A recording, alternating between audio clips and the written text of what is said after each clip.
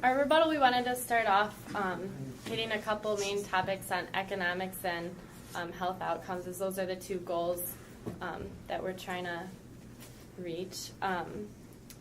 First thing is, you guys mentioned that in 2000, productivity losses due to drug abuse cost the economy $10 billion. According to the National Drug Threat Assessment of 2011, in 2007, it cost lost productivity from drug abuse $120 billion. So something's going wrong here. We need to do something about drug abuse and our lost productivity. Are we going to put them all in jail? Is that a good idea? Are we going to give them treatment? I think that would be the right direction to go. With all the law enforcement as it is, ineffective or not, prices are increasing and purity is decreasing. Decreased purity of drugs isn't going to do anybody a good favor. People are going to have adverse drug reactions, increased health costs, increased diseases from these, and that's going to be taking more and more money out of our pocket. Our law enforcement, whether it's effective or not is one thing, but it's very wasteful.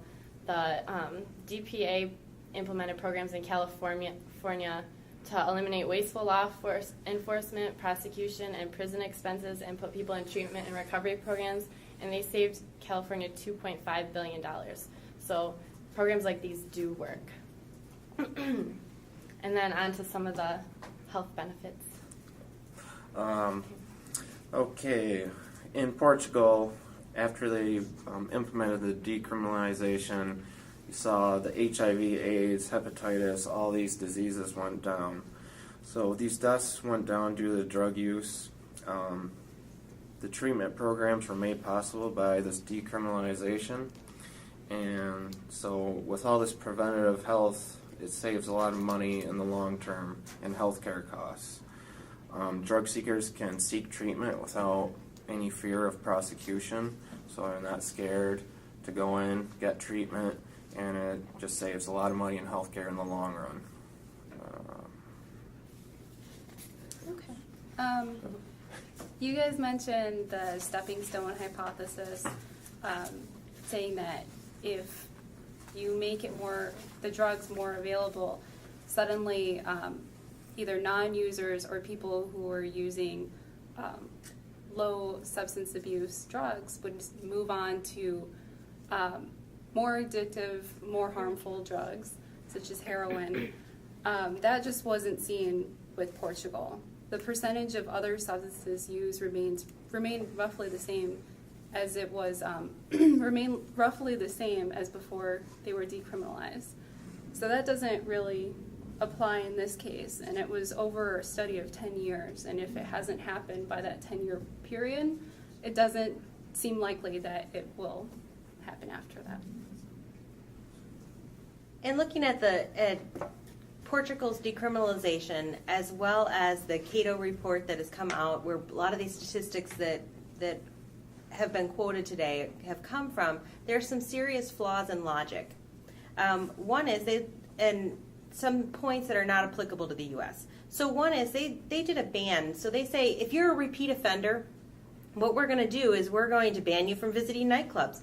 We're going to ban who you can associate with, who your friends can be, prohibit traveling abroad. They're going to do these bans. Well, in the U.S., we have a constitution that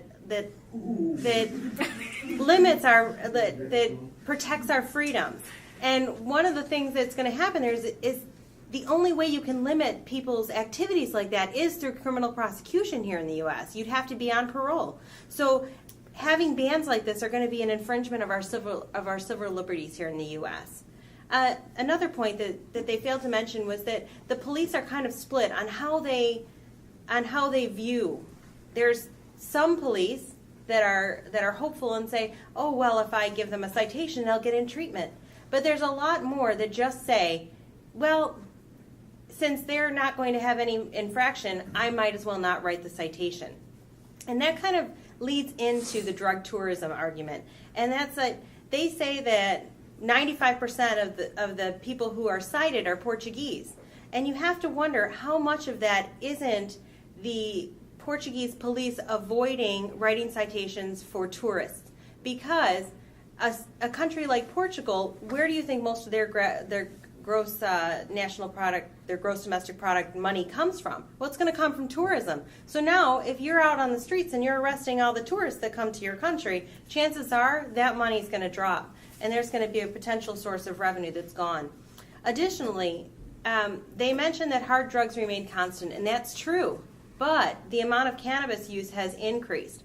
So it makes you wonder if people who wouldn't have used cannabis before because they were worried about prosecution have now decided that they are going to try this recreationally just to see if they would want to do this. Another point is that Portugal's system works for Portugal because Portugal provides health care. The United States isn't ready yet. We don't have universal health care. So how are we planning on telling someone who's just received a mere citation, who isn't going to go to prison, that you now have to pay up and go into rehab? For you and I can't afford rehab, which is why I would never try drugs in the first place. I can't afford to pay for rehab, and neither could you. So That's your reason. we also noted some trends as far as drug use and HIV, and I'm going to pass over to my colleague here. Sure. So basically, HIV rates were noted to have dropped in Portugal following the decriminalization. But it's notable that the rates in both users and non-users declined. And in fact, during the same period in the U.S. without decriminalization, rates decreased as well. So it's possibly just not related to the drug use, independent of that.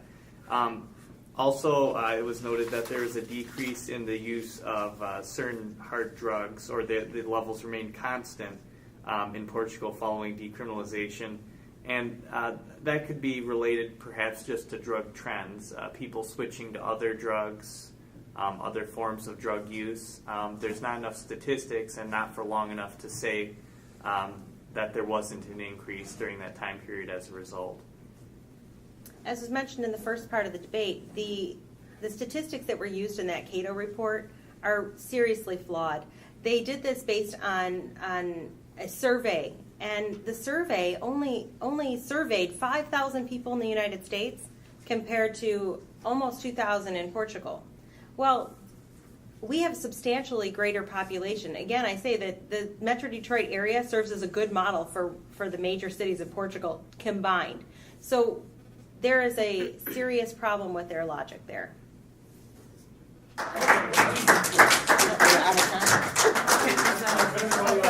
thought we were out of time.